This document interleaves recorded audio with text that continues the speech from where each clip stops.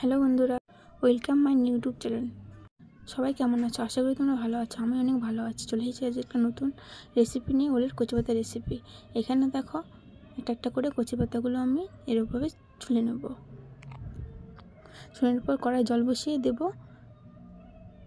দেওয়ার পরে কচিগুলো দেওয়ার পরে দিয়ে দেবো মশলা।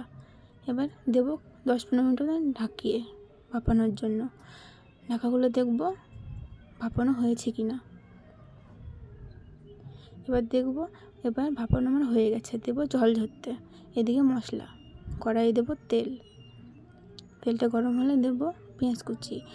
পেঁয়াজটা নাড়াচাড়া করার পরে তারপর দেবো আলুটা নাড়াচাড়া করা হয়ে গেলে একটু ভাজবো। ভাজা হয়ে গেলে দেবো মাপ মতো হলুদ। দেবো মশলাটা নাড়াচাড়ার পর একটু কষানোর পর দেবো মাপ মতো নুনটা দিয়ে একটু কষিয়ে তারপরে ঝরতে দেওয়া কচি পাতাগুলো এবার দিয়ে দেবো কড়াইয়ে।